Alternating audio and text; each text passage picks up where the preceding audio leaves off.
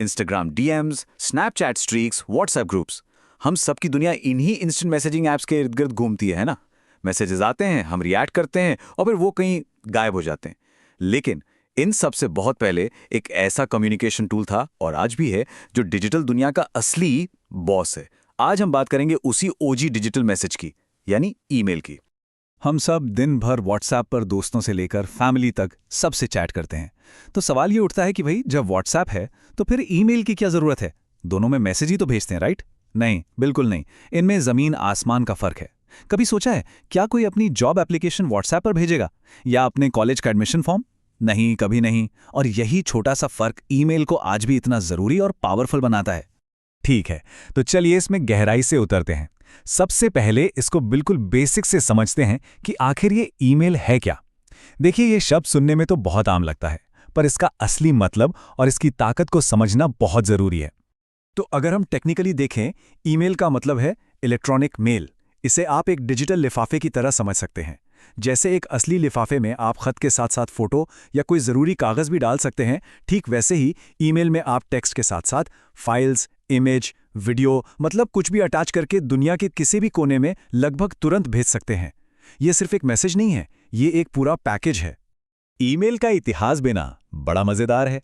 ये बात है 1971 की, जब रे टॉमलिंसन नाम के कंप्यूटर इंजीनियर ने आरपानेट पर दुनिया का पहला ईमेल भेजा। अब आरपानेट क्या था? समझ लीजिए, ये आज के इंटरनेट का दादाजी था। और सबसे मजेदार बात जानते हैं क्या है? उन्होंने ये पहला मैसेज किसी और को नहीं, बल्कि खुद को ही भेजा था, एक कंप्यूटर से दूसरे कंप्यूटर पर, सिर्फ ये टेस्ट करने के लिए कि ये सिस्टम काम भी कर रहा है या नहीं। तो अब जब हम इतिहास जान गए हैं, तो चलिए अब प्रैक्टिकल बात करते हैं। एक ईमेल के अलग अलग हिस्से क्या होते हैं? चलिए मिलकर एक नया ईमेल बनाते हैं और इसके हर एक पुर्जे को अच्छे से समझते हैं। स्क्रीन पर जो आप देख रहे हैं वो है कंपोज विंडो। ये हर ईमेल का स्टार्टिंग पॉइंट है। इसे आप अपना मिशन कंट्रोल या कमांड सेंटर समझ सकते हैं। यहाँ पर जो भी बॉक्स या फील्ड दिख रहा है ना, उन सब का एक खास मकसद है। चलिए एक एक करके इन सब को समझते हैं। सबसे पहले आते हैं 3 सबसे बेसिक लेकिन सबसे जरूरी फील्ड्स। टू फील्ड में आप उसका एड्रेस डालते हैं जिसे मेल भेजना है। फ्रॉम में आपका एड्रेस होता है जो अपने आप भर जाता है। और फिर आता है सब्जेक्ट। ये आपके मेल की हेडलाइन है, और यकीन मानिए ये बहुत बहुत ज़रूरी है। एक अच्छा सब्जेक्ट ही ये तय करता है कि आपका मेल खोला जाएगा या नज़रअंदाज कर दिया जाएगा। एक टिप देता हूं, इसे कभी खाली मत छोड़िए। ओके, अब आते हैं सीसी और बीसीसी पर। सीसी का मतलब है कार्बन कॉपी। इसका इस्तेमाल तब होता है जब आप चाहते हैं कि मेन इंसान के अलावा और लोग भी बातचीत से वाकिफ रहें, बस उनकी जानकारी के लिए। और सीसी में जो भी लोग होते हैं वो सब एक दूसरे को देख सकते हैं। वहीं दूसरी तरफ बीसीसी का मतलब है ब्लाइंड कार्बन कॉपी। ये एक सीक्रेट एजेंट की तरह है। आप किसी को मेल की एक खुफिया कॉपी भेजते हैं और टू और सीसी वालों को कानो कान खबर नहीं होती को बीसीसी में भी कोई है। इन सारे फील्ड्स के बाद आता है हमारा मेन कैनवस, मैसेज बॉडी। ये वो जगह है जहां आप अपना असली मैसेज लिखते हैं।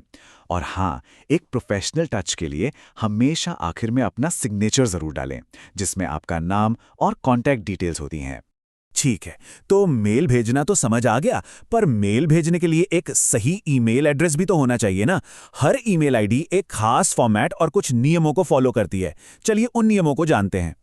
एक वैलिड ईमेल आईडी के 4 सिंपल से नियम हैं। पहला नियम, इसका स्ट्रक्चर हमेशा यूजरनेम @domain.com वाला होगा। दूसरा नियम, इसमें ठीक एक @ का सिंबल होना चाहिए, ना एक कम ना एक ज्यादा। तीसरा नियम, कैरेक्टर की लिमिट, यूजरनेम 64 कैरेक्टर से कम और डोमेन 254 से कम होना चाहिए। और चौथा नियम, इसमें स्पेस या कुछ खास कैरेक्टर्स जैसे ब्रैकेट्स, कॉलन वगैरह इस्तेमाल नहीं हो सकते। है ना आसान? चलिए अब बात करते हैं ईमेल की उन छिपी हुई सुपर पावर्स की, जो इसे व्हाट्सएप या इंस्टाग्राम डीएम से कहीं ज्यादा पावरफुल बनाती हैं। ये फीचर्स ईमेल को आज भी कम्युनिकेशन का सुपर हीरो बनाते हैं। Super power number 1, speed. आपका मैसेज कुछ ही सेकंड्स में दुनिया के किसी भी कोने तक पहुंच सकता है।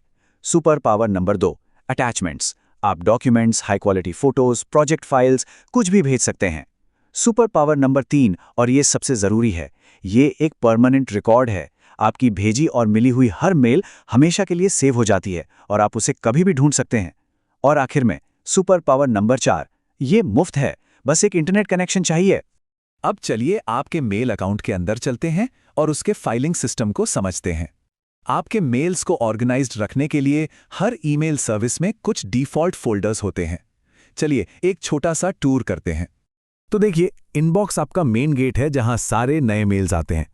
सेंट फोल्डर में आपके भेजे हुए हर मेल की एक कॉपी रखी होती है, एक रिकॉर्ड की तरह। ड्राफ्ट्स में वो मेल सेव होते हैं जो आपने लिखने तो शुरू किए पर भेजे नहीं।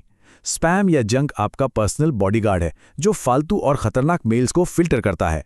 और ट्रैश या बिन आपका रिसाइकल बिन है जहां डिलीट किए गए मेल्स हमेशा के लिए मिटाए जाने से पहले रखे जाते हैं। ओके, तो हमने काफी कुछ कवर कर लिया है। अब एक छोटे से क्विज का टाइम है, ये देखने के लिए कि आपको कितना याद रहा। तैयार है? चलिए शुरू करते हैं।